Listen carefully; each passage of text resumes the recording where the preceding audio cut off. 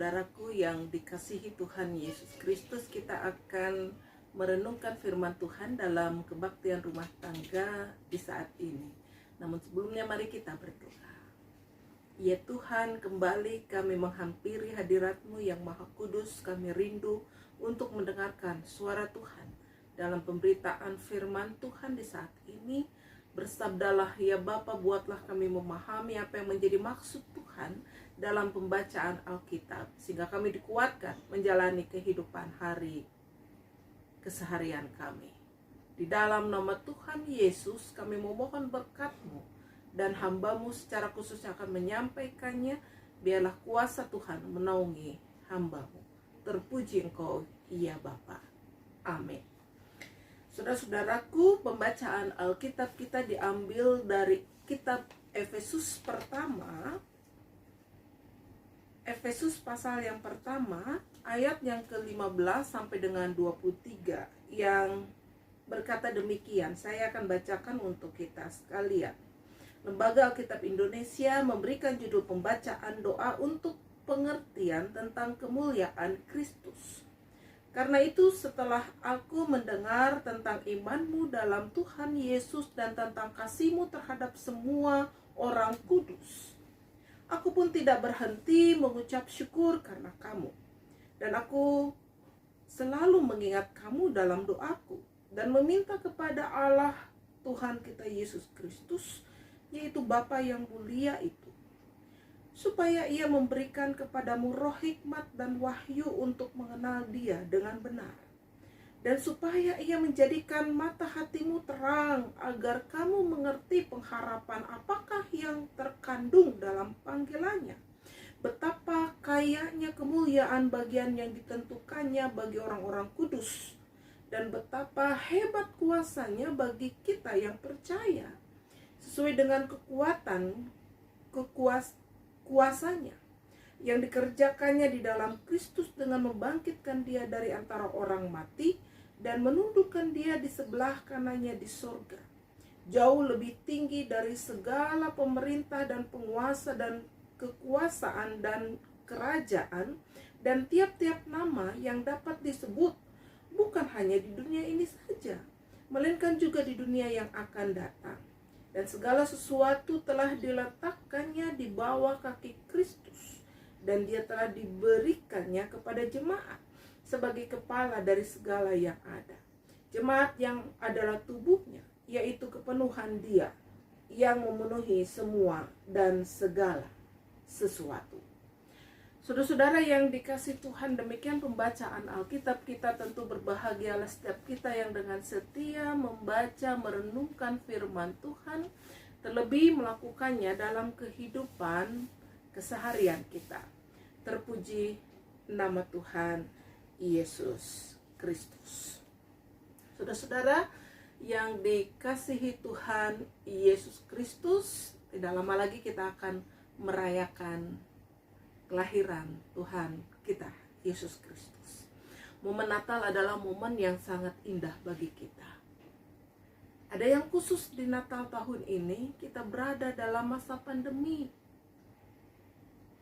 yang tidak biasanya kita dapat merayakan dengan penuh sukacita, kebersamaan dengan keluarga, bahkan dengan jemaat Tuhan di gereja. Kita dapat menikmati kebersamaan itu tak terhenti dengan jarak, dengan situasi yang bebas. Saudara-saudara, Natal tahun ini mungkin menjadi momen yang sangat dan akan selalu diingat.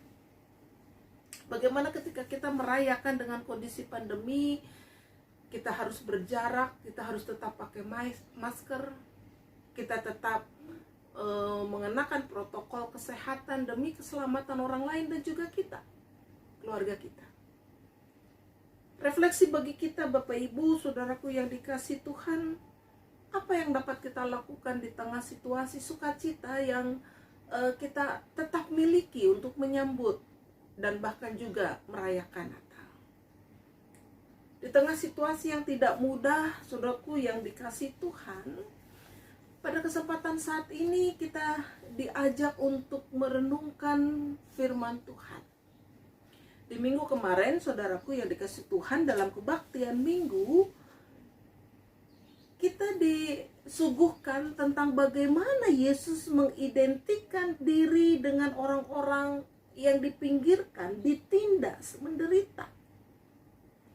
Wajah Yesus tampak pada manusia yang ditindas, dianiaya, direndahkan. Wajah Yesus yang lahir, yang akan kita peringati kelahirannya, dia lahir di kandang hina. Dia bukan lahir di tempat yang mewah. Dia lahir di tempat yang hina, yang bau, yang kotor. Kelahirannya pun justru mau menunjukkan kepada kita bahwa dia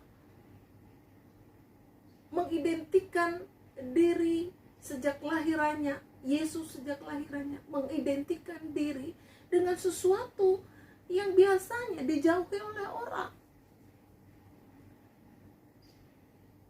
Rasanya jarang ada orang yang mau pergi ke tempat yang kotor, yang berbau. Kandang domba pasti berbau, Bapak Ibu Saudara-saudara. Dan wajah Yesus ketika khotbah kemarin di hari Minggu nampak. Dia identikan diri dengan orang-orang yang menderita, yang teraniaya, yang ditindas, yang biasanya juga dihindari oleh orang-orang. Orang-orang yang ditindas, orang-orang yang tidak mempunyai kekuatan apa-apa, orang-orang yang diabaikan, orang-orang yang menderita. Kecenderungan orang akan menghindari itu. Dan bahkan orang tidak akan pernah mau menghadapi situasi itu. Saudara-saudara, perenungan firman Tuhan di saat ini, tanggal 25 adalah hari pertama pelaksanaan kegiatan kampanye 16 hari untuk anti kekerasan terhadap perempuan. Saudara-saudara, 25 November ini oleh PBB ditetapkan sebagai hari anti kekerasan terhadap perempuan. Perempuan yang sejak zaman Israel menjadi kelas nomor 2 dan anak-anak tentunya. Bahkan sejak zaman Yesus pun masih terjadi demikian. Dan bahkan mungkin sampai dengan sekarang, Bapak Ibu Saudara-saudara, kehadiran perempuan masih saja membekas bahwa perempuan ini bukanlah orang yang setara dengan kaum pria. Saudara-saudaraku yang dikasihi Tuhan, sadar atau tidak, kita seringkali menempatkan kaum perempuan dan anak di kelas yang berikut. Dan bahkan Bapak Ibu Saudara-saudaraku, ketika terjadi kekerasan terhadap perempuan, dan bukan hanya kaum perempuan, tapi juga anak, bahkan berbasis gender lainnya, saudara-saudara, rasanya itu sebagai sesuatu yang terlihat biasa. Ada banyak jutaan kaum perempuan yang mungkin tidak akan pernah dapat mengungkapkan rasa kesedihannya, kepedihannya ketika dia mengalami kekerasan di tengah kehidupannya, baik itu dilakukan oleh suaminya atau siapapun. Dan bahkan Bapak Ibu Saudaraku yang dikasih Tuhan, situasi seperti ini jarang terungkap di tengah kehidupan masyarakat kita yang masih sangat kental dengan budaya patriarkalnya.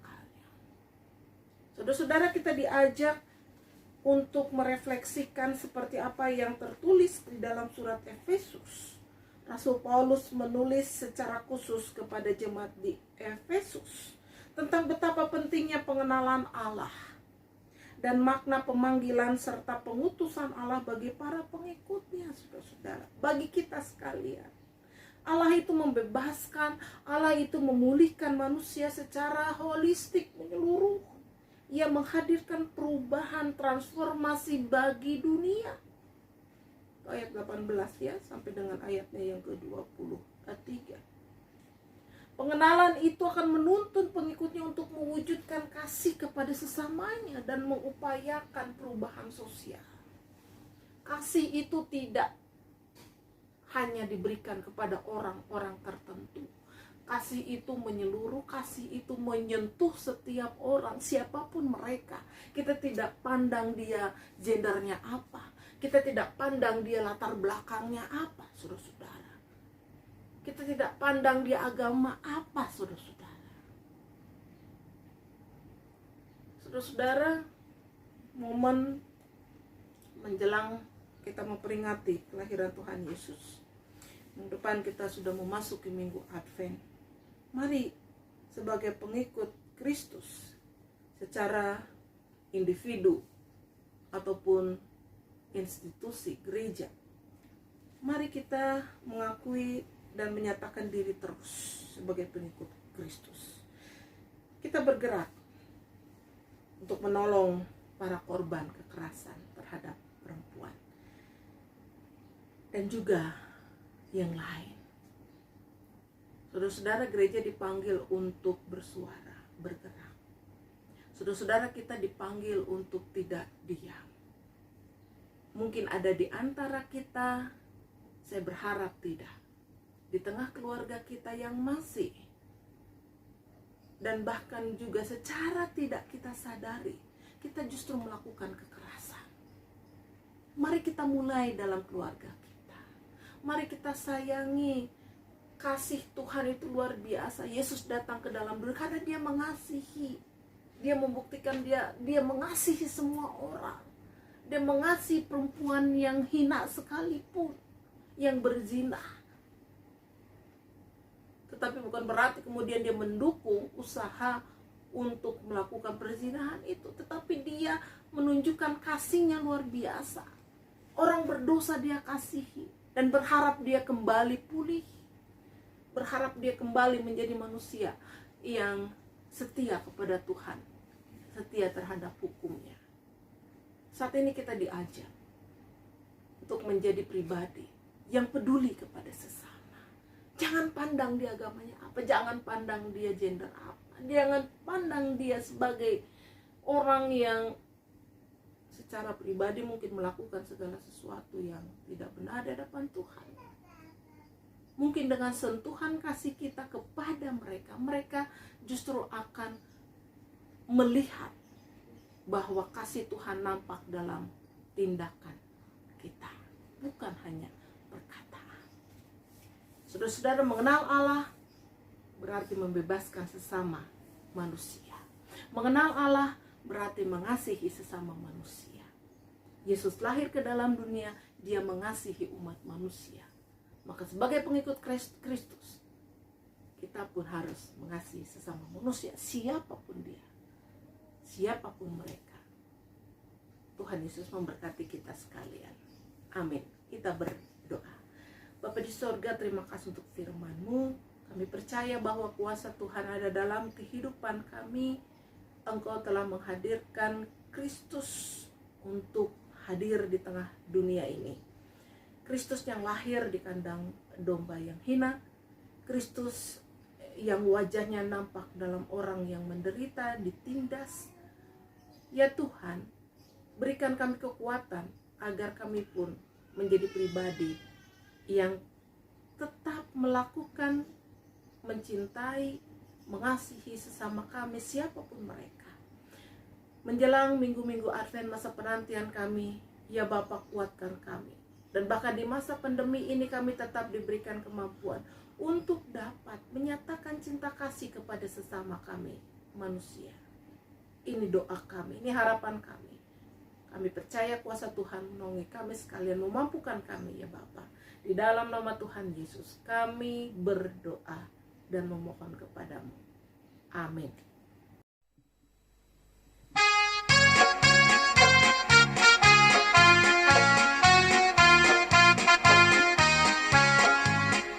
Kita harus membawa berita pada dunia dalam gelap tentang kebenaran dan kasih dan damai yang menetap, dan damai yang menetap.